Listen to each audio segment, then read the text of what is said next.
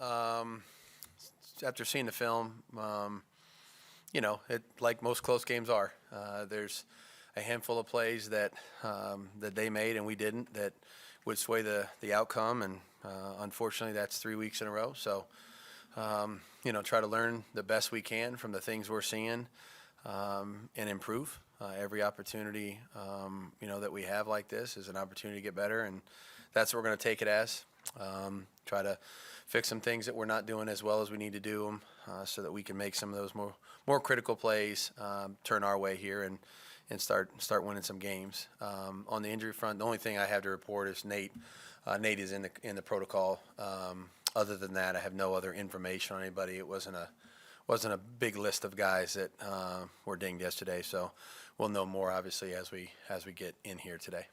Yesterday you said with the offensive line you wanted to kind of evaluate the film a little bit before you gave a sweeping judgment on it. What were some of your takeaways after you got the chance to look at them? Yeah, I thought, look, that's a good defensive front, first of all, and we know what kind of player Simmons is and Autry, and they have some guys that can really do a good job in the running game and in the pass rush. I thought we ran the ball effectively, albeit not as much as we would like to because the score gets flipped on us again. So I think the ability to avoid negative runs, that was a good day. Didn't have much of that at all. The pass protection generally was decent. When you throw it 40 sometimes against that rush, there's going to be some pressures, and, we had the one sack there before half, but all in all, I thought they worked well as a unit together. I thought they passed off some things well. I thought we double teamed well. There was definitely some positives, and so, again, we got to look at that and try to build on the good things, and then improve some of the things that that we allowed to happen. And they got in there and had a little pressure on Derek there in the second half when it was more of a pass mode. And again, part of our issue is if we would stay out of that situation, then we wouldn't put ourselves in that issue. So, but overall, I thought it was a positive step for them. And then two out of the three games, that kind of situation you referenced, being down early and maybe not being able to run as much as you want to has happened. What's sort of the key to avoiding that? I know you don't. Starting faster. No, I mean, it's a good question, Tashawn. I mean, I honestly, like, if we would just, I believe we've scored on the first drive, but, haven't scored. We didn't score a touchdown, 2 of the 3, but we scored a field goal. And again, just our overall ability as a football team to play complementary football better at the beginning of the game. We did it in Arizona. That was not an issue against Arizona, but to play complementary football where we don't, we start fast offensively, we can stop them on defense, play good in the kicking game, and try to get ourselves out in front into a lead, where balance is a lot easier to maintain as the game goes along.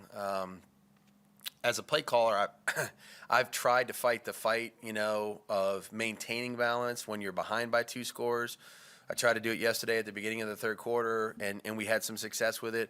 There gets to a point every game where that becomes a lot harder to do. You know what I mean? Because you have multiple scores you need, and the time becomes a factor. And so the more times you run it, the more time you take off the clock, the less chunk plays you make. Then you put yourself in a situation where you're basically saying, all right, I'm going to take a shot that we only have 1 or 2 drives left, and so you're trying to, let's call it maximize the number of drives you may have. So again, that is not the goal. The goal is we got a really good back, and we're doing a decent job of blocking for him. We got to maintain more balance in the game, and I have to do a better job of trying to get us to start faster as a football team. Josh, all 3 games, you guys were winnable games for you, and you can't play. But when you have discipline mistakes, shooting yourself in the foot, guys together, not separation, that's on them. How do you fix that? I think, well, first of all, I believe in our group, 100%. I believe in them because they've proven to me in practice, and they've shown it to me over and over, that we can do those things, and winning in the NFL is hard. We know that, and that's our job. We got to win. And so, there's no shortcut to it. We do believe that, we execute it out there on the practice field, that we have a good chance to execute it right in the game, and just, continue to build our trust, our communication, our execution, because let's face it, there's 3 or 4 plays in every game that change the outcome, and those plays may have happened in the second quarter. They may have happened in the third quarter. Everybody points to the last play of the 2-point conversion or whatever it is. There's other opportunities in the game, offensively, defensively, in the kicking game, that could easily have swung the game, one way or the other. And so, we got to look at each opportunity, regardless of when it happens, as an opportunity for us to gain an advantage in the game and ultimately win. And so it doesn't have to come down to the last play or the last drive or the last series. Just our overall execution from the beginning to the end. That's what we're going to need to work on to try to improve and make winning plays all 4 quarters. Coach, yesterday you started 2 rookies on your offensive line. Just from initial film evaluation, Yeah. How did you like how they played, and have they surpassed even your expectations this early in their career? I try to avoid expectations in terms of what timelines and those kind of things, because I allow those things to happen organically with each player. Every guy's different. We certainly liked both players when we drafted them, and I don't think they've let us down at all. They work hard.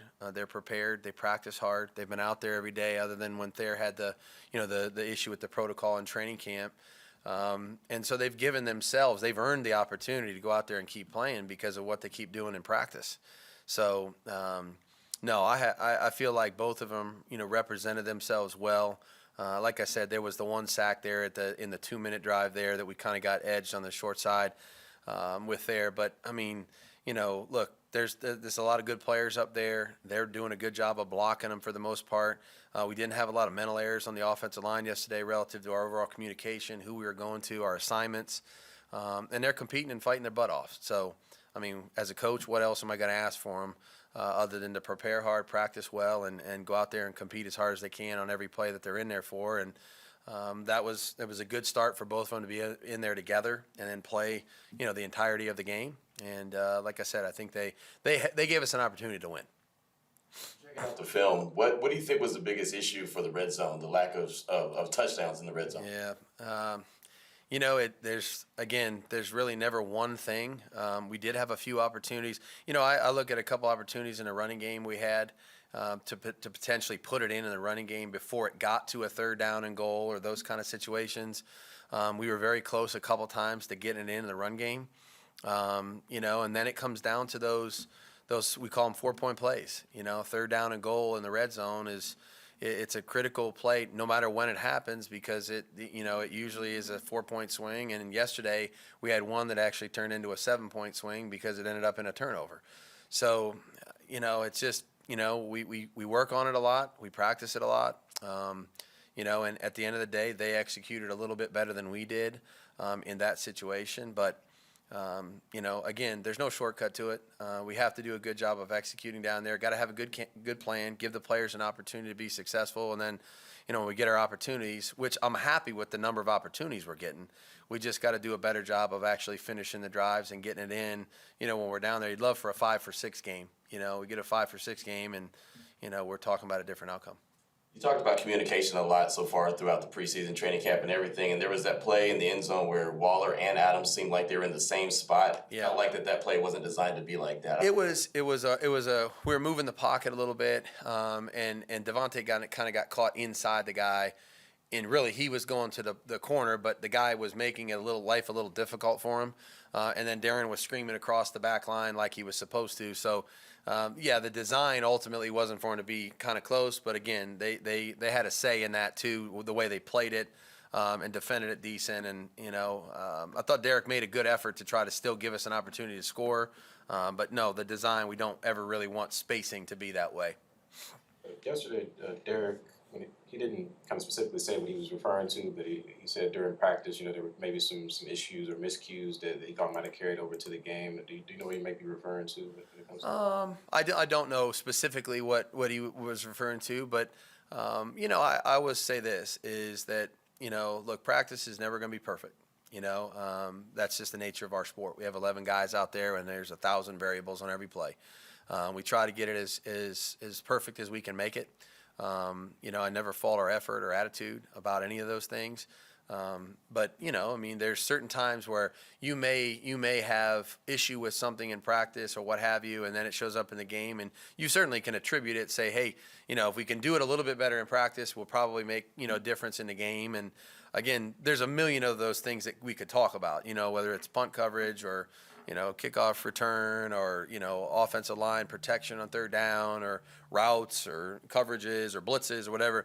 We're always trying to get it, as well done as we can in practice. And, I don't know specifically what he was referring to, but ultimately, I think if you go out there and you feel like you did a lot of things really well in practice, your confidence level and your trust in what you're doing on the scheme and with your teammates that are out there, it just naturally goes up, So what we're working towards is, really good Wednesday, really good Thursday, really good Friday, really good Sunday, and if we can do that, then I think we have an opportunity to start, taking some of these games and putting them in our favor. Josh, with the expectations, and I know you don't like those, but they're there for this team. Mm-hmm. When you're 0-3, do you just stick to being steady Eddie? Do you turn up the urgency? What do you do? Yeah, I think consistency. If you look, you believe in your approach, and you believe in your players, like that. Those are two things that I would say I do wholeheartedly believe in. So, we know we can make better progress here as we go forward, and we know we need to do it quickly. We don't want to lose sight of the guys that are in front of us in our division. So. We've got two great opportunities coming up here against two division opponents. Let's just start with week one with Denver here, and really do a good job of preparing this week. I've never felt like going up and down is really the right thing to do. As a leader, being consistent with your message and what you believe in and trying to provide solutions is my job.